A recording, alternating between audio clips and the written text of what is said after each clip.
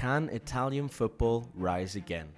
The colour of Italian football is absolutely splendid. It deserves its own video.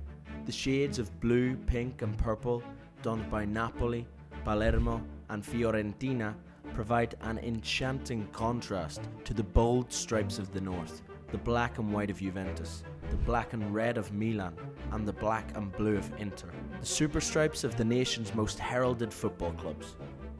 The rich Roman red and regal gold lining fit for royalty, the unmistakable Sampdoria stripes on a bed of blue, and the abstract art that are Lecce, Parma and Sassuolo's colour combinations.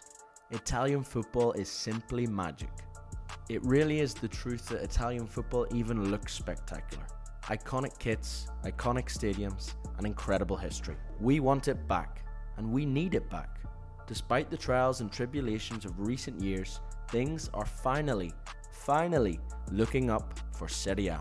For the first time since the 05-06 season, we have seen 3 Italian sides reach the European Cup quarter-finals. The trail being blazed by a fearless Napoli side carrying the spirit of the legendary Diego Maradona, playing in this historic stadium bearing his name, where he once created magic, is the story of the year. Napoli have found a fine balance in their football. They are riding the perfect wave and nobody wants it to stop. A true breath of fresh air for what had become a rather predictable European football scene. Napoli have been rampant this year, steaming towards a first Serie A title since the late 80s, well ahead of the chasing pack. They have been ruthless in the league this year and even created a points gap so great that they can focus now on their just as impressive Champions League run. There is a bit of magic in the air and magic around this side, and the sentiment in Naples is that they might achieve something very special this year. The league title itself would be monumental, but European glory would be the stuff of absolute fantasy. No matter what happens, Napoli have brought the spotlight back to Italian football and also highlighted its incredible atmosphere. No stadiums create a noise quite like the one in Naples. Named of course after the late and great Diego Maradona, Napoli have inspired the neutral into keeping an eye on them in their quest for glory. If they can hold on to their star players in the summer, there is no reason why they can't be a big player in Europe in the years to come as well. Victor Osimhen, with very good reason, will be a man in high demand this summer. The vultures are starting to swarm and circle, and clubs with money to burn like Chelsea and Manchester United are in the market for a new number 9. Osimhen could be the perfect man to tackle the Premier League. From a Serie A point of view, if their league-winning striker was to be easily prized away by one of the Premier League big boys, it would certainly be a slap in the mouth. However, you can only hope that Osimhen is happy being Napoli's hero, and that the history of the club and the might of the fans convinces him to stay and try to win more in the light blue jersey.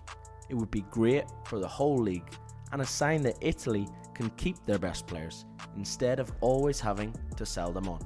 2 other sides who went far in this year's UEFA Champions League and are still going are Inter and AC Milan. Milan, as they are commonly known, the red and black ones, are the second most decorated side in European Cup history. They won the league last season too, and they have had a little bit more success in Europe as of late. Nothing like the levels the history of the club would demand, but they're going in the right direction.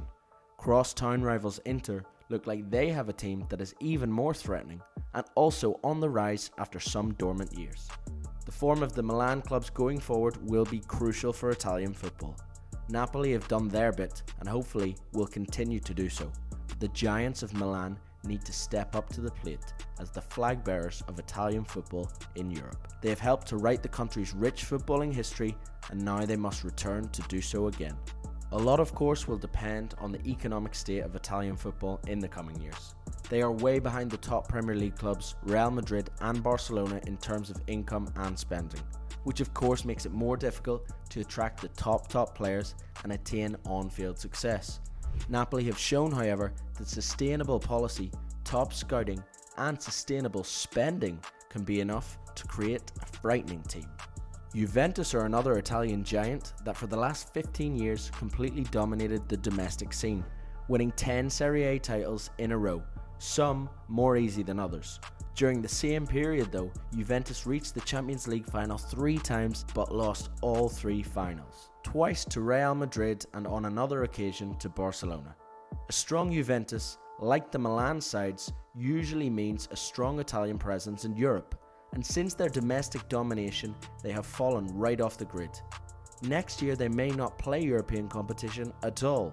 A resurgent run after a slow start to this season helped them look like a good pick for a top 4 place, but they were recently docked 15 points for some irregular accounting, and moved closer to the relegation spots in Serie A than the European places.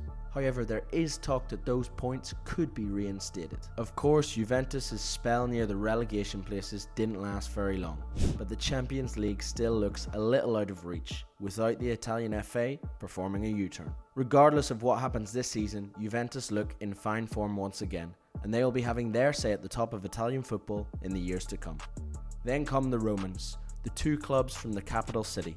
Does Jose Mourinho have the answers? Is he the man to lead Roma of all clubs to take Italian football back to the big time? His side won last year's UEFA Conference League and are looking to go one further in the Europa League this season.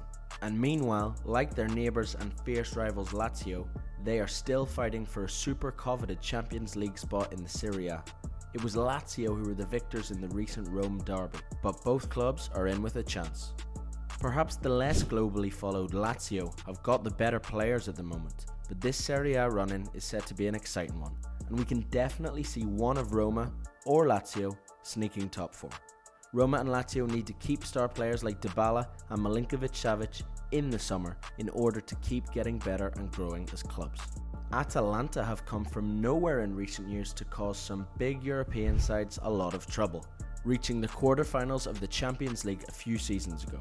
The Bergamo outfit had been praised for their open and expansive style. Though they are a smaller club, they have proved they were not a flash in the pan. So Serie A now looks set for 4 winners in 4 seasons, instead of Juventus' quite frankly boring period of not being properly challenged, and the big boys are back amongst the top teams in the latter stages of the Champions League. We are not saying Italian football is back, but it has improved and there's hope for the future.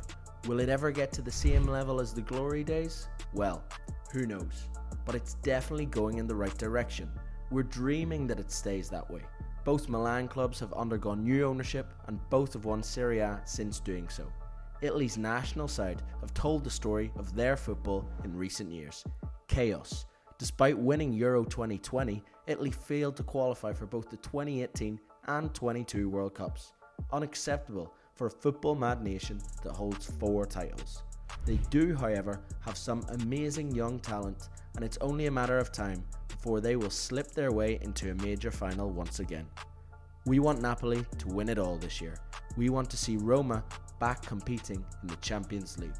And we want to see the world's best players playing in the Milan derby and not the Manchester derby or the Classico. Is that too much to ask?